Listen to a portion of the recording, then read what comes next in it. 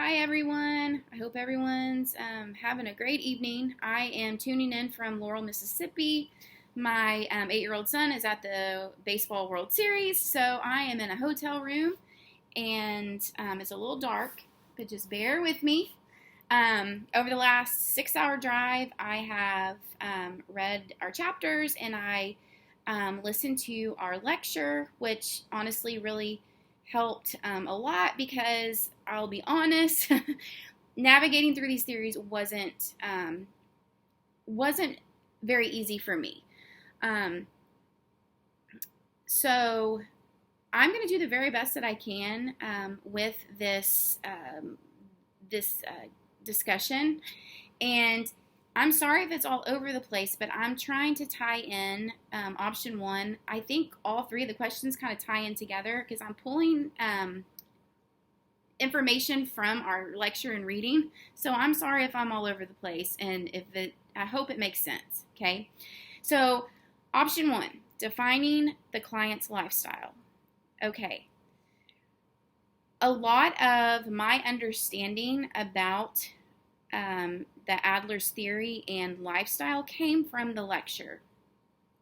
Okay, so as the lecture states, it's all about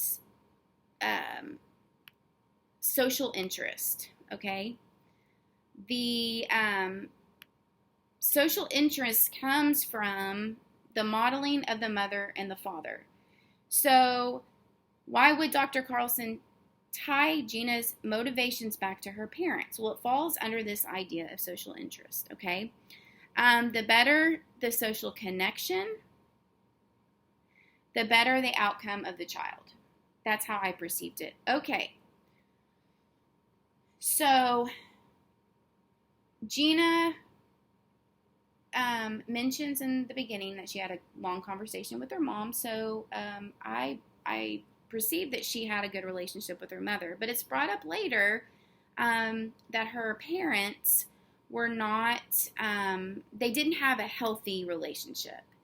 She states that her father was not very supportive of her mother and her mother's career. Okay, so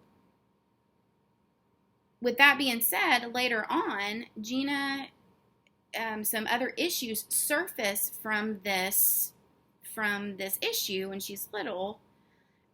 She goes off and she marries a man who does support her career choice, which she gets excited about.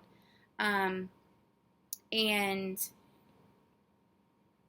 that doesn't necessarily mean they have a good relationship, but she did identify that they had a good relationship compared to her parents.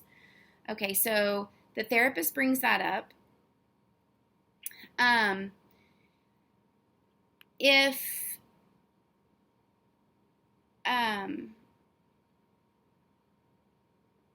I'm sorry. Okay, so the better the social connection, the healthier the child will be. Okay. Now this goes into, we already have identified that her parents aren't, they didn't have the healthiest relationship. But what I'm going to talk about kind of ties into question 2, where it says, what basic life tasks does Gina describe in this footage? Well, the idea of social interest in her lifestyle, it leads throughout her life to where she doesn't have a successful relationship with her ex-husband, but she wants a better situation for her boys. She wants her boys to be happy. She wants them to be in between two divorced parents, and be okay with the fact that they don't like each other. She also mentions that she didn't divorce early on to spare her children the pain. I have no idea if that is because of what she experienced in her early years, in her lifestyle. But she definitely recognized that was an issue, and she wanted to avoid that issue. Then the counselor goes on to ask her which one she favors more, and that's when she talks about she favors her dad, but then she respects her mom. Okay. Let's get into what basic life. Okay, so going into her life tasks, okay, what does she describe? So with the when we're talking about the life task, okay, and in the lecture it talks about it's how we face the world. We want to be strong. We strive to be better in a healthy way, or we blame. The impression I got from her is she is a strong person. She described herself in the very beginning using adjectives that would help you support that by wanting to support her kids and for her to want her kids to be happy through the divorce, even though they are divorced, but to be okay with that. That goes back to striving to be better in a healthy way, okay? If you don't, then you blame, okay? If you don't strive to be better in a healthy way, then you blame. And that is what is pathological and gets people into therapy. And that is what I feel like, where I feel like she's at right now. It talks about therapy will help you overcome inferiority. Does she feel inferior? The way that she was talking about herself, she was a strong person, and in a way she could be perceived as inferior. She appreciates her profession, even the counselor. So she is talking, one of the life tasks she's talking about is her profession. The therapist even brought that up, which is, according to Adler's theory, is very important because it describes how you're going to overcome or connect to the world. Okay. So at the end, it says the last question, what interventions are part of the therapist, what were the interventions on the part of the therapist suggest to you that this is an Adler's theory, okay?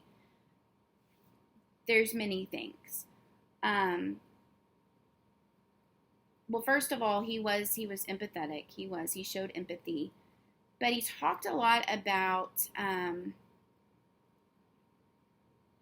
her parents, and he asked questions. And we know with Adler's theory that your parents have a huge impact on your development. The career, he mentions the career again. A career can drive you or help you resolve conflicts, or adjust to your environment. Overcoming your profession will help you overcome things by connecting to the world, is what it said. Social conflict. Going back to that, the questions that he did ask about what does happiness mean to you? What does it look like to you? Who were you close with when you were growing up? And then it's obvious to me that it's Adler's theory, because it's teaching people. It suggests that let's go back to this. It suggests that if you teach people what is going on, they will make a change. So the counselor explains that she is on her own and she needs to figure it out for herself. You have to look out for yourself because no one is. And he talks about how she could work on her selfishness. Selfishness. I'm getting that wrong. Okay. so he's recognized that she's trying to find happiness in her life, but to also recognize that the influence of her parents have had a huge impact on her, which is it's seeping into her life. He questions if she's going to find another relationship down the road. Relationships are a big part of this theory as well. And so what can she do to work on herself, to move on and to be happy? And then that's pretty much where the session ends. I have talked a lot. I did the best that I could. I really enjoyed Adler's theory. It was really neat to be able to manipulate these two sessions and apply it. But I'm very new at this, and so I did the very best that I could with what I have here. So if you have any suggestions, I would greatly appreciate them. I can't wait to hear all of your ideas, and I will talk to you soon. Bye, everybody.